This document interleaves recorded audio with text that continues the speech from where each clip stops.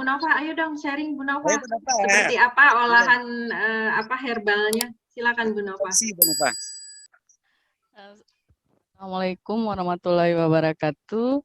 Waalaikumsalam. Terima kasih sebelumnya kami dari kalau saya pribadi ini Mbak memang tidak terkait dengan aktivitas pertanian lada. Kebetulan karena saya bertugas di Dinas Kelautan dan Perikanan Provinsi. Tapi menarik sekali memang topik lada ini ya. Kebetulan saya juga kemarin baru pulang dari Takengon, belum ke Abdia nih. Di Takengon Bener Meriah. Ini teman-teman di sana selain membudidayakan ikan mas dan nila, itu di samping kolamnya itu banyak ditanamin lada. Iya, ya, Mas. Di situ kebetulan saya baru lihat langsung tanaman lada yang model sistem penanaman perdu ya. Yang pakai bantuan itu sama saya sempat kirain tuh daun sirih. Jadi kecil ya gitu. Kok ada buahnya gitu. Karena masih hijau-hijau ya, panjang-panjang. Jadi sambil kita tuh kegiatan budidaya, karena saya di situ pembudidayaan pengawasan pembudidaya ikan terkait dengan adanya pencemaran lingkungan anak aktivitas tersebut, itu kita menjadi sharing ini tanaman lada di sekitarnya, itu juga ada durian dan lain-lain. Gitu. Jadi ketika itu saya petik, saya mohon izin sama yang punya, ini ladanya boleh diambil nggak gitu. Jadi boleh Bu. Nah itu saya bawa pulang, lama-lama di rumah saya lihat hitam. Jadi saya teringat, saya beli biasa lada putih itu. Ini kok ladanya hitam. Jadi saya pikir tadi pertama ada 2 varietas berbeda. Saya berpikir dari awal itu lada putih, lada hitam tuh berbeda varietas. Ternyata ini saya mendapat ilmu juga. Ternyata itu satu, cuman cara penanganannya berbeda itu. Cara penanganan pasca panennya itu post harvestnya ternyata berbeda. Dan ini sangat menarik sekali karena ternyata tanamnya Pak Daud bisa di mana saja, dalam kondisi lahan apapun. Nah, saya secara pribadi memang menyukai menanam apotik hidup Mbak Ila Failani ini. Kebetulan sekali saya suka tanam misalnya yang bersimpel memang ya, kunyit ini itu untuk obat. Nah, kemudian tapi saya terpikir kalau lada, ketumbar dan sejenisnya itu sepertinya penanganannya ribet. Ternyata bukan gitu. Jadi sangat-sangat bagus sekali informasi seperti ini bisa di-sharing ke yang lain. Yang kita biasanya hanya fokus tanaman tertentu, yang sering kita lihat saja. Ternyata ada tanaman yang selama ini, karena orang anggap pedes itu kan, lada asumsinya pedes. Gitu. Tapi kalau orang Aceh udah biasa Mbak Ila makannya memang pedes. Kalau nggak lada, itu nggak makan gitulah istilahnya.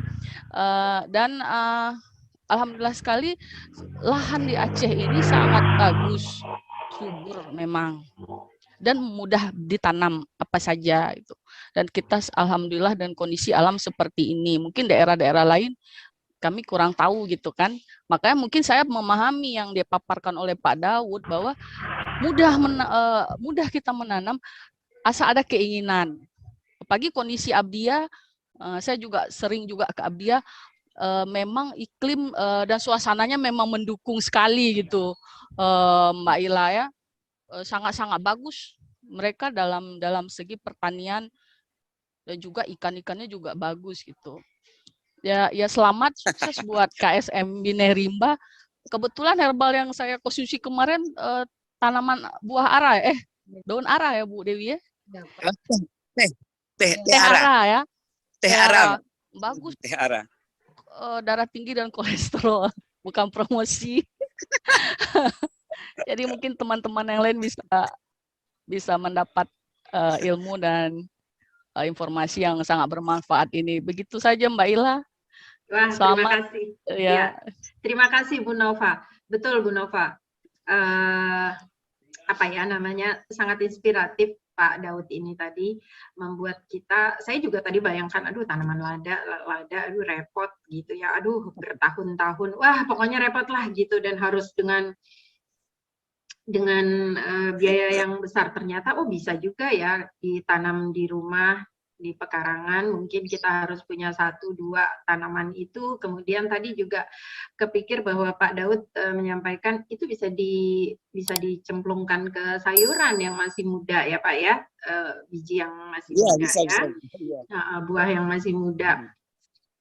Pastinya itu akan menambah aroma eksotis yang berbeda dengan lada yang sudah tua ya, gitu. Terima kasih sekali Bu Nova. Jadi di daerah Bener Meriah itu juga sudah ada ya, orang-orang punya tanaman lada ya, menjadi tanaman mungkin di setiap rumah mungkin ya Bu ya. Iya Bu, sebenarnya mereka kan fokusnya kopi Bu. Betul. Kalau Bener Meriah dan Takengon itu pertaniannya kopi gayo. Itu yang orang udah famous, go internasional kan. Di mana-mana kopi, di mana-mana kopi itu. Tapi kemarin saya temukan di lahan ada salah satu pembudidaya kabupaten tersebut itu bukan kopi malah lada gitu. Jadi saya surprise karena memang sebelum-sebelumnya yang kita masuk itu bukan lada, memang kopi dan kopi atau pokat gitu. Ya kan. Jadi pada saat itu kita temukan yang saya kira awalnya sirih, karena saya nggak ngeh ada buahnya yang bergantung-gantung itu seperti anggur kecil-kecil itu. Saya ini buahnya aneh itu. Jadi itulah kita sharing, ternyata belum banyak lada, maksudnya masyarakat di situ tidak fokus lada memang, tapi ternyata karena menanamnya mudah, masyarakat sudah mulai nggak kopi saja itu Bu. Iya, kalau sejarahnya kan memang Aceh itu penghasil lada pada puluhan tahun bahkan ratus tahun yang lalu ya.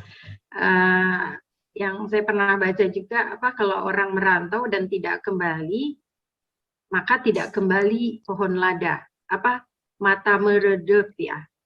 Mate lada, mate rededep, mati lada ya, mati tanaman dadap, mati tanaman lada, gitu ya. Ketika orang pergi merantau. Kebetulan Bu Nova, saya dari Takengon, Bu Nova, ayah saya orang Gayo dari Takengon. Jadi saya sudah berkali-kali termasuk ke Bener Meriah.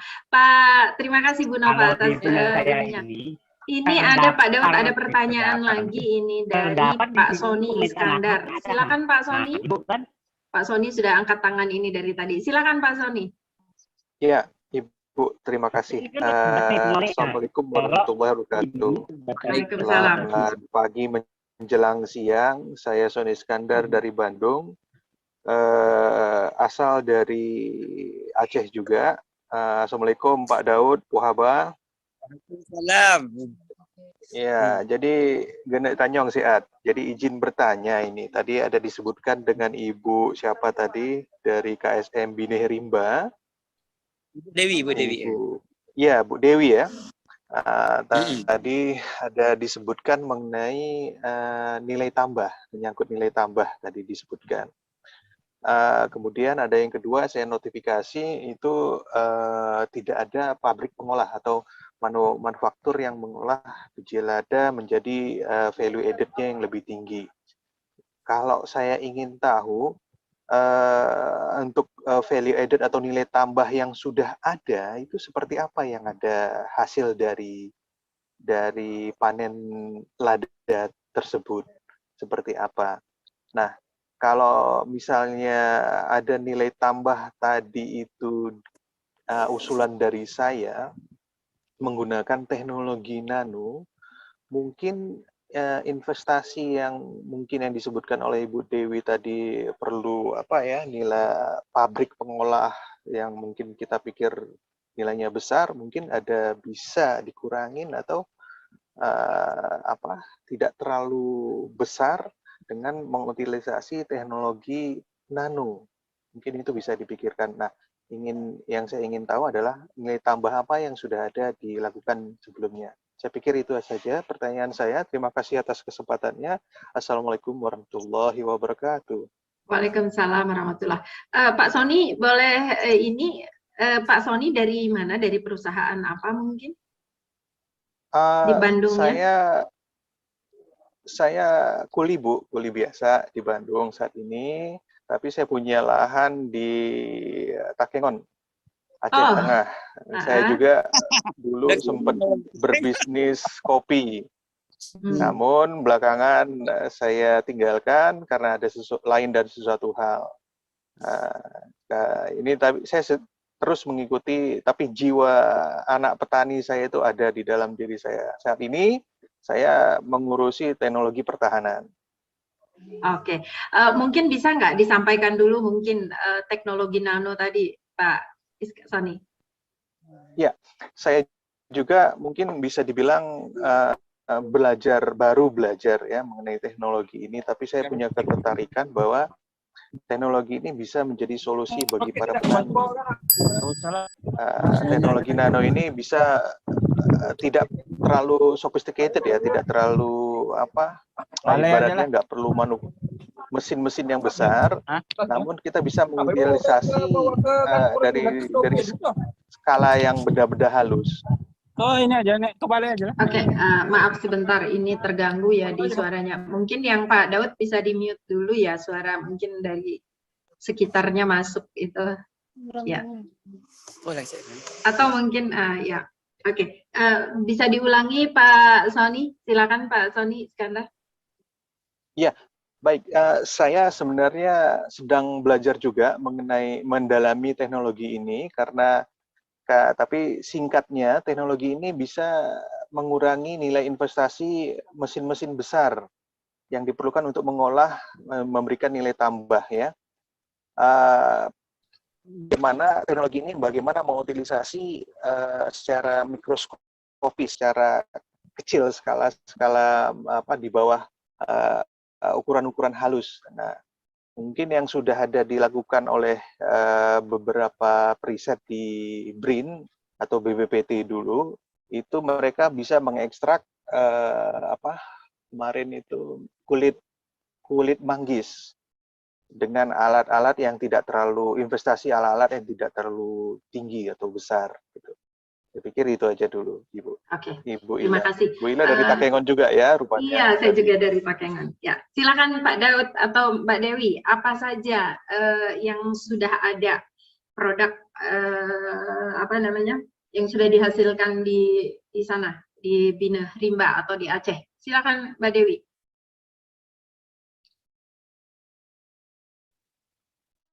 Masih di mute itu Pak Daud.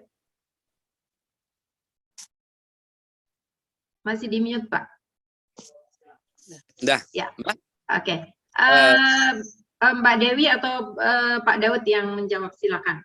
Mungkin nanti bisa ditambah oleh Mbak Dewi. Bisa begini.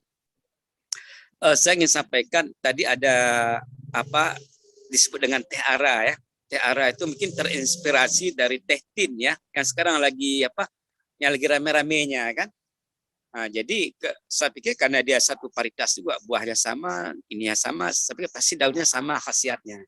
Maka terpikirkanlah, karena pohon ara itu rata-rata tumbuhnya di pinggir sungai dan dia besar, itu sering dipotong dijadikan papan atau tonggak untuk bangunan rumah.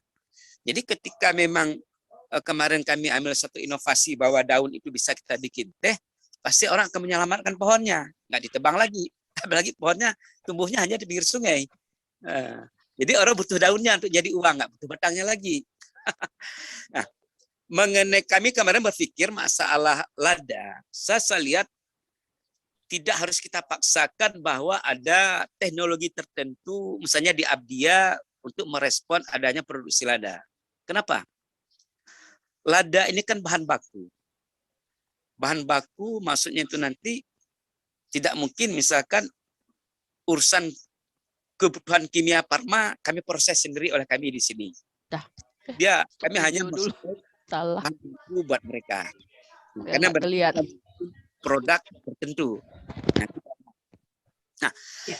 seperti kata kalau masalah ada teknologi nano segala macam, oke, ketika misalkan nanti Biar nggak pergi kemana-mana gitu Pak.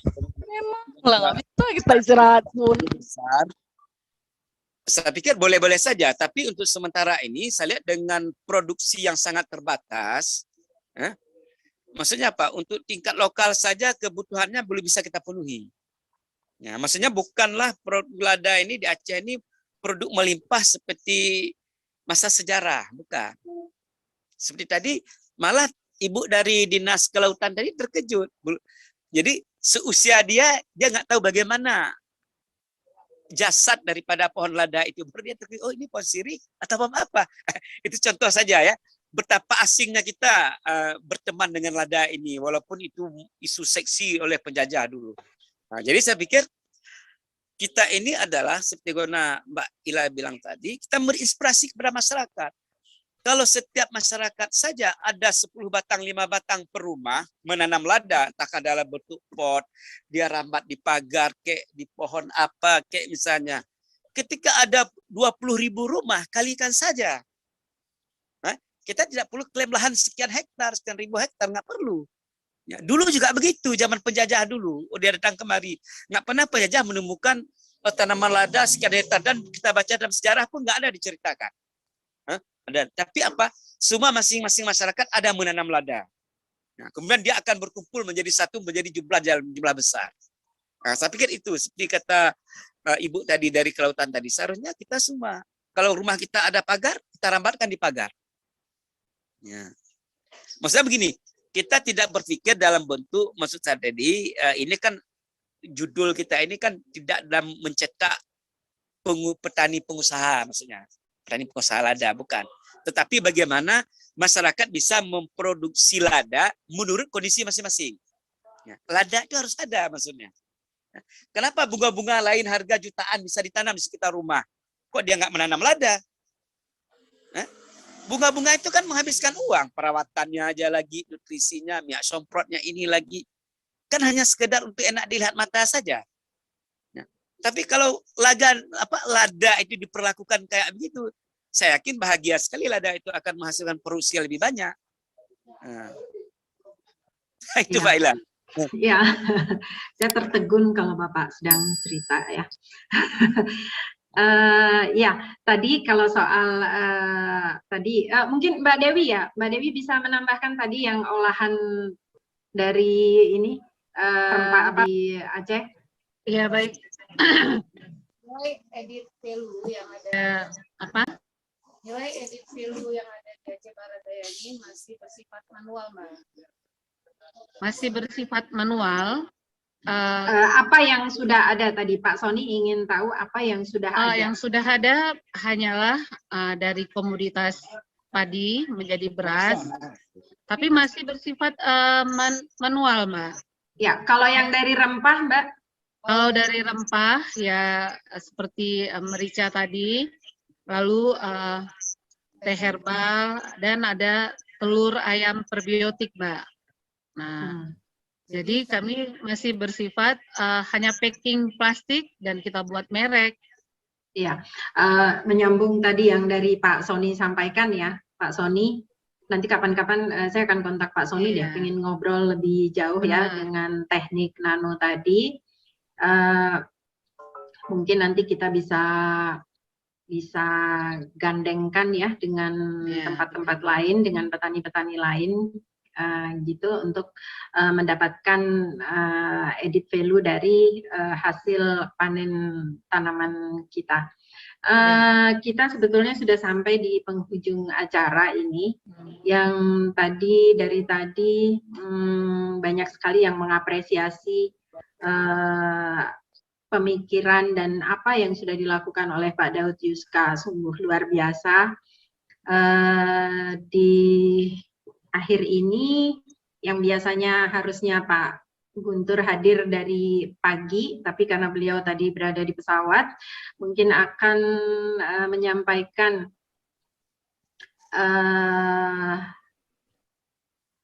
penutup untuk di webinar Inspirasi Bisnis Intani hari ini, tanam lada secara alami untuk sejarah dan ekonomi. Pak Guntur sudah hadir? Pak Guntur? Oke, sambil menunggu Pak Guntur, tapi Pak Guntur sudah confirm. Oke, sebentar, tadi terputus.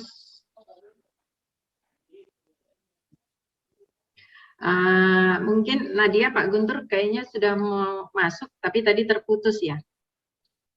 Coba tolong dicek. Ada kendala sinyal tadi di yang sebelah juga masih ada gangguan sinyal, jadi belum bisa join.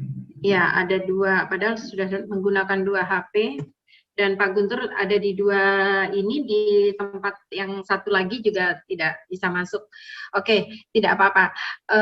Pak Guntur akan selalu melihat nonton, mengikuti acara ini nanti dari YouTube, dan akan mencatat hal-hal yang diperlukan untuk masukan di pemerintahan, karena Pak Guntur sebagai Ketua Umum Intani juga sedang dipercaya menjadi asisten staf khusus Wakil Presiden Republik Indonesia. Kemudian beliau juga sebagai Ketua CSPS dari UI, juga akan dari pembina pembina Insan Pariwisata Indonesia. Jadi tadi kalau kita bicara agrowisata juga akan sangat menyambung dengan Pak Guntur. Pak Guntur akan nanti beberapa catatan dari sini juga akan saya sampaikan, termasuk tadi ya Pak ya, idealnya adalah di setiap desa, kalau di minggu lalu juga kita bicara tentang itu, bahwa di setiap desa tuh ada pengolahan atau pengeringan sederhana untuk rempah atau untuk hasil panen lainnya. Sehingga ketika itu dijual oleh petani, sudah mendapatkan nilai yang lebih tinggi lagi, gitu ya. Iya, jadi saya sampaikan salam ini dari Pak Guntur karena tidak dapat hadir, karena tidak dapat sinyal, sinyalnya terputus menggunakan 2 HP, karena memang tadi itu baru turun dari pesawat ya. Kemudian, nah ini terputus, dan di webinar satu lagi juga tidak bisa. Tapi nanti Pak Daud, nanti kapan-kapan kita bisa sambungkan, kita bisa ngobrol-ngobrol lewat Zoom, tidak harus di webinar ini. Kita akan ngobrol-ngobrol, karena apa yang Pak Daud sampaikan tadi sangat menginspirasi dan sangat memotivasi tentunya ya Bapak Ibu peserta Inspirasi Bisnis Intani pada hari ini. Dan bagi yang tidak bisa mengikuti lewat Zoom, juga bisa melihat di channel YouTube Indonesia Review. Jadi Pak, silakan teman-temannya Pak Daud, Bu Dewi, untuk menyaksikan atau menonton kembali di Indonesia Review channel YouTube. Karena semua webinar Inspirasi Bisnis Intani ada terekam di sana. Jadi kapanpun kita bisa tonton dan lihat kembali. Terima kasih Pak Daud sudah meluangkan waktunya. Saya tahu Pak Daud begitu repot di pertaniannya, di lahan taninya, kemudian di kelompok taninya, juga sebagai penyuluh di kantor di KUA ya, penyuluh di KUA, yang juga sebetulnya ini adalah kendala yang juga banyak kita hadapi dengan Pak Daud untuk berkomunikasi, karena sinyal ya Pak ya, jadi sama dengan Pak Gun tadi. Iya, hanya di jam tertentu atau sudah janjian, maka nanti Pak Daud akan mencari tempat untuk mendapatkan sinyal yang bagus, baru kita bisa ngobrol. Kepada Bu Dewi, terima kasih sekali Bu Dewi sudah membantu banyak terlaksananya webinar Inspirasi Bisnis hari ini. Kepada Bapak Ibu yang sudah berpartisipasi, yang sudah hadir dari mana-mana, dari seluruh wilayah Indonesia, terima kasih. Mari kita song-song tahun baru 2022 dengan semangat pertanian. Salam sehat untuk semua. Mohon maaf bila ada salah-salah. Ya. Akhir kata saya sampaikan. Assalamualaikum warahmatullahi wabarakatuh. Waalaikumsalam warahmatullahi wabarakatuh. Ya, duduk ya. Oke.